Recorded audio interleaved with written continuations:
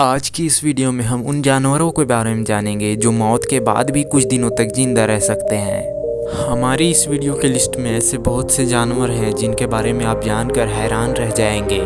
तो आइए आज की हमारी वीडियो शुरू करते हैं। कॉकरोच के बारे में ये बात फेमस है कि अगर कोई एटमी जंग होती है यानी परमाणु बम भी फोड़ दिया जाता है तब भी ये जिंदा रह सकते हैं। कॉकरोच के बारे में ये बात भी फेमस है कि ये अपने सरों के बगैर ही कई दिनों तक जिंदा रह सकते हैं।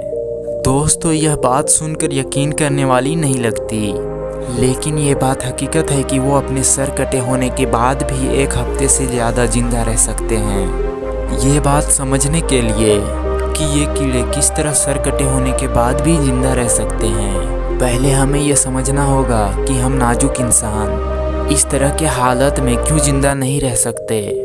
सबसे पहली बात तो ये है कि इंसान के जिस्म में होने वाले खून सबसे तेज रफ्तार और बहुत ही प्रेशर से बहता है। जब इंसान का सर कटता है तो बहुत ज़्यादा खून बह जाने की वजह से वो फौरन ही मर जाता है।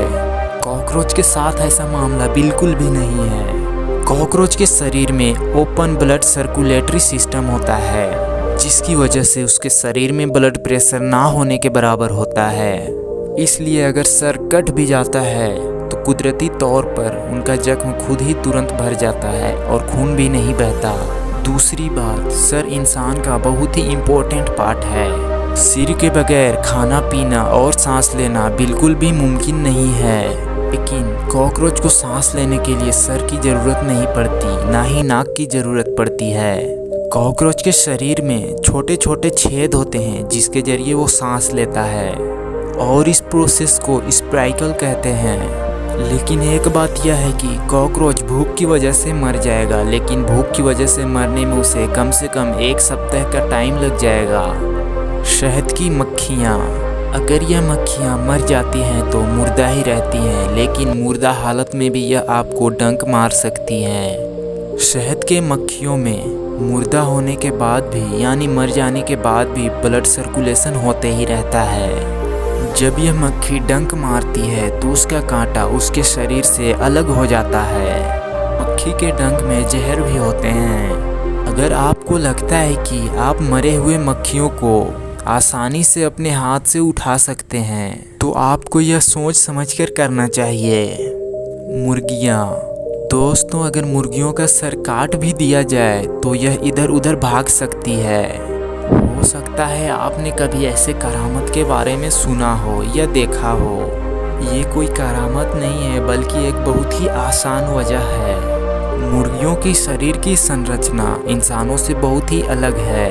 मुर्गियों के जिस्म के कुछ ऐसे हिस्से जो उनके दिमाग से बिल्कुल ही अलग हैं। मुर्गियों का दिमाग उनके माथे से लेकर गर्दन तक होता है, इसलिए मुर्गियों का सर कट जाने के बाद भी उनके दिमाग का निचला हिस्सा जिंदा रहता है और इसी वजह से मुर्गियां सर कटने के बाद भी काफ़ी समय तक जिंदा रह सकती हैं। ऑक्टोपस, शायद आपने ऐसी वीडियो देखी हो जिनमें ऑक्टोपस की टांगें काट दी जाती हैं, लेकिन वो हरकत करता ही रहता है।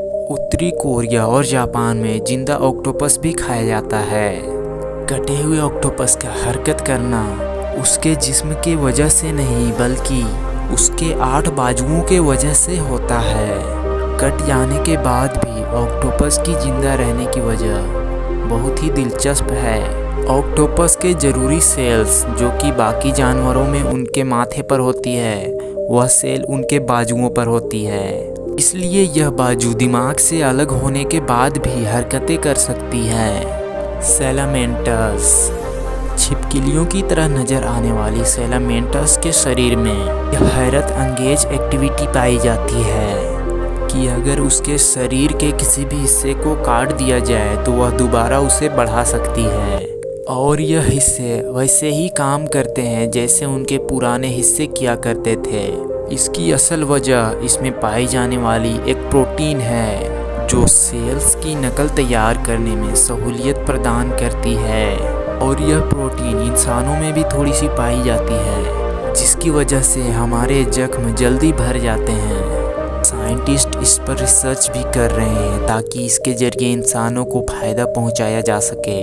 तो दोस्तों आज की हमारी वीडियो आपको कैसी लगी हमें कमेंट करके ज़रूर बताएं। और अगर ये वीडियो आपको अच्छी लगी तो वीडियो को लाइक और शेयर भी ज़रूर कर दें। साथ ही अगर आपने अभी तक हमारे इस चैनल को सब्सक्राइब नहीं किया है तो सब्सक्राइब ज़रूर कर लें। साथ ही बेल आइकन भी प्रेस कर दें ताकि सबसे पहले हमारी वीडियो देख पाएँ।